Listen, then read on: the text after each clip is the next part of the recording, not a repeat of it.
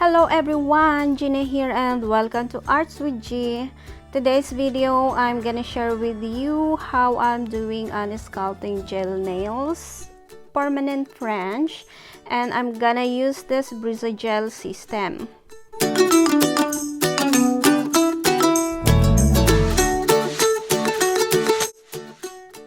So we are doing it step by step, and the step one is of course sanitizer, wherein we sanitize our hands and our client hands.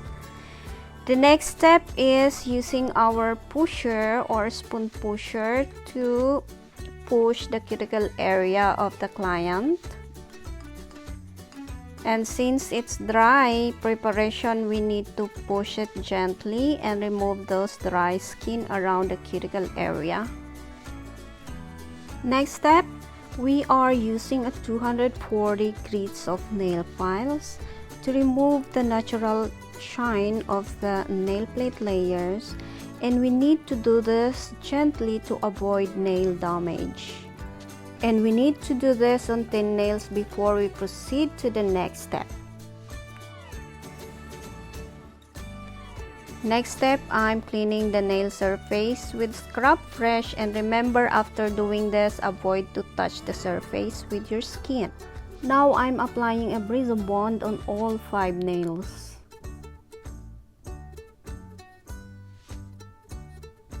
Cure it under LED lamp for button number 1, and I'm using an CND LED lamp.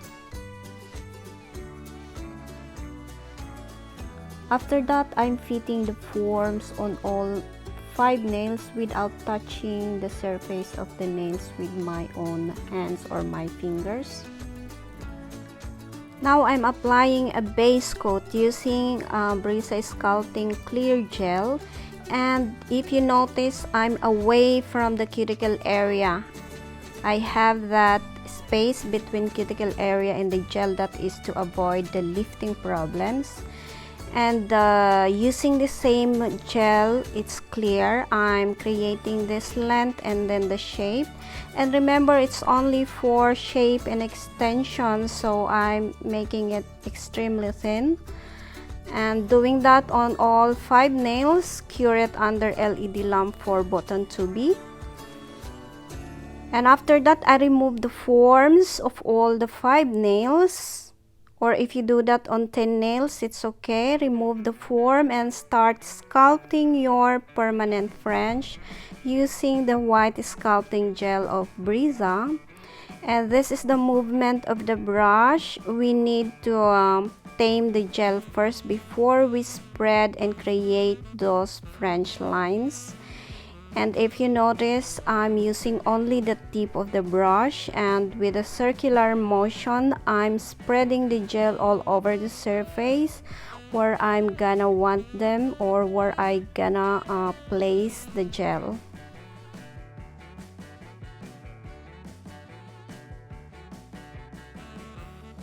Now I need to clean the brush with a clean tissue, and using that angle of the brush, I'm cleaning the excess to have that crisp smile lines.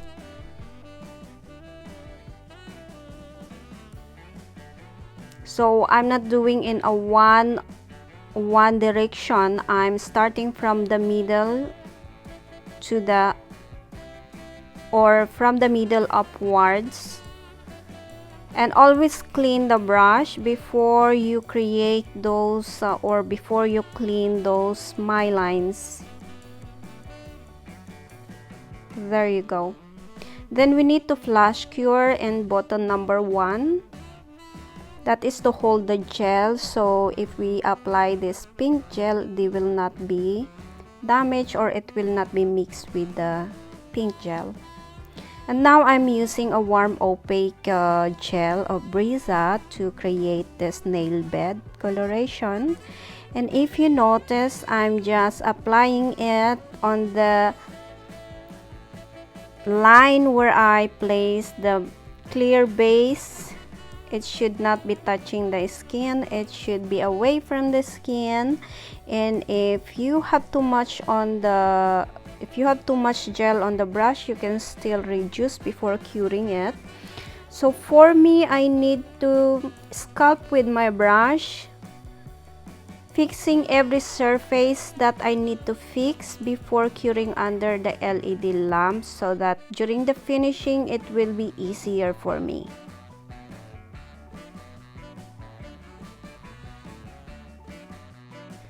So again, in sculpting gel, we need to tame the gel before we spread. How to tame it? We need to circulate the brush on the gel, taming them before creating those lines. And use only the tip of the brush to work with it. And you have to maintain the consistency of the movement. And use the tip of the brush to spread all the gel all over the place. And the movement is very important. When you are moving the brush on the other side, you just twisting the brush and twisting the nails at the same time. Now I'm cleaning the brush with clean tissue, and I'm cleaning the excess on the line of the French from the middle upwards to create that crisp lines. Clean again the brush, and from the middle to the other side. And you need to hold your breath when you are doing this. Clean again the brush, and you're going to remove the excess on other parts. Like this one is I saw or I noticed some excess on the middle, wherein I need to make it more deeper and up. Plus cure under button number 1, that is to hold the white gel before proceeding to application of the pink gel. Now I'm using a warm pink opaque, and if you notice, I'm applying not touching the skin on the side and not touching the skin on the cuticle area, and I'm applying thin layer on those surface.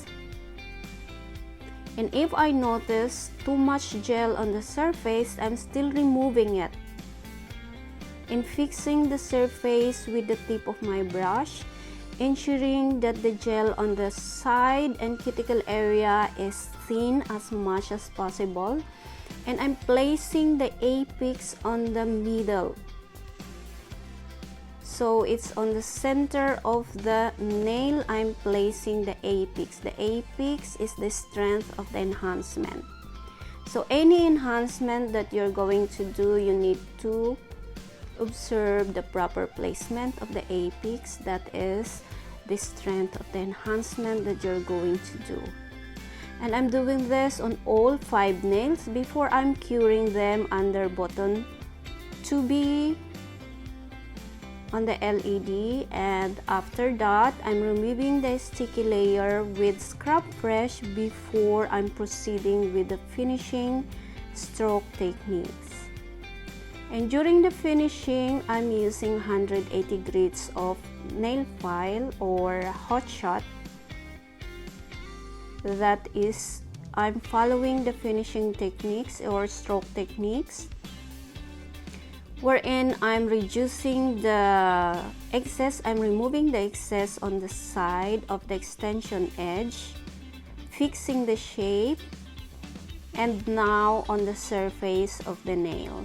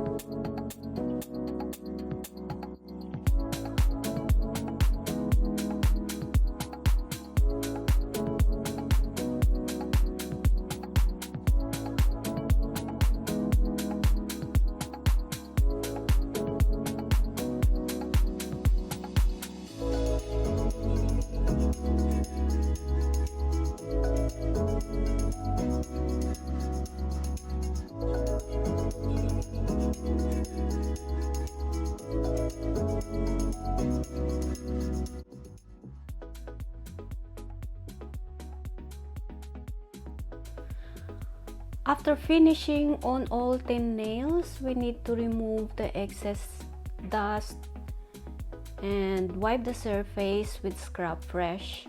Apply the Brisa Gloss, cure it under LED lamp for button number 3.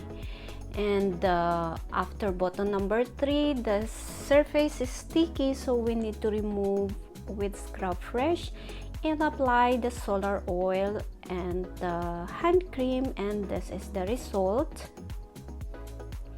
So the client needs to come back every 2 to 3 weeks to do either proper removal or proper rebalancing. That is to avoid nail damage, and that is very important information that we give to our client.